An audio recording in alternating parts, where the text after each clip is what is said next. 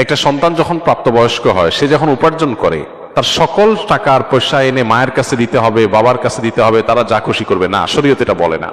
শরীয়ত বলে সম্পদ যে উপার্জন করেছে এর ব্যাপারে অধিকার একমাত্র তার। হ্যাঁ, উপার্জিত সম্পদ থেকে মার চলার জন্য, মার বেঁচে থাকার জন্য, সুস্থতার জন্য, চিকিৎসার জন্য যেটা প্রয়োজন সন্তান হিসাবে সাধ্য অনুযায়ী, মায়ের নিজের না থাকলে বা দেওয়ার মতো ব্যবস্থা না থাকলে অবশ্যই সন্তানকে সেটা বহন করতে হবে।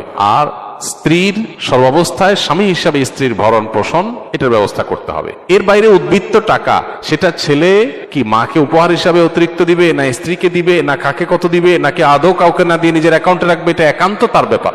এখানে শরীয়ত মা বাবাকে ইন্টারফেয়ার করার অধিকার দেয় নাই সেইভাবে যেভাবে আমাদের অনেক মা বাপ মনে করেন যে তাদের অধিকার আছে। ছেলে বিদেশ গেছে, উপার্জন করে টাকা পাঠাবে সব বাপের নামে মায়ের নামে, তারা যা খুশি করবে, তারা সেখান থেকে বৌমাকে যা দেওয়া দিবে আর যা দেওয়া দেওয়ার না দিবে না। এভাবে আসলে ইসলাম মা বাবাকে এতটা অধিকার দেয় না যে সম্পদ সারা জীবন যা কামাই করবে সব বাপ মা যা ইচ্ছা তা করবে। জি না, এই সুযোগটা নেই। অনেক মা বাবা এটা জানেন না এবং এখানে অনধিকার চর্চা করেন তারা।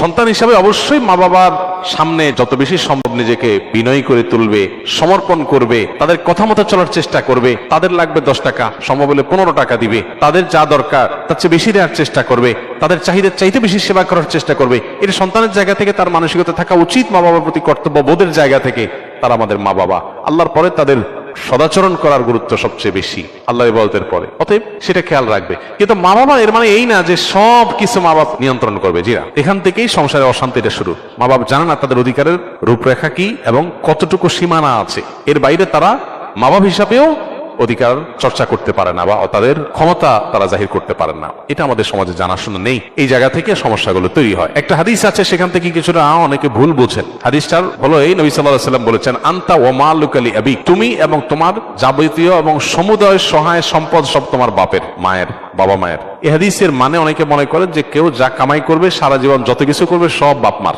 জি না, এই হাদিসের ব্যাখ্যা হলো তুমি তোমার উপার্জিত সম্পদ এখানে তোমার বাপ মার, অর্থাৎ তাদের খরচ খরচার জন্য যতটুকু দরকার ততটুকু তোমার এখান থেকে নেওয়ার অধিকার তাদের আছে। এখানে সমুদয় সম্পদ বোঝানো হয় নাই। যদি সমুদয় সম্পদ বোঝানো হতো তাহলে জাকাত তো বাপ মার উপরে বর্তাইতো, ছেলের উপরে বর্তাইতো না। কারণ সম্পদ যদি একজনের হয় জাকাত তো আরেকজনের উপরে বর্তাবে না। এরকম আরো বহু প্রশ্ন তৈরি হবে।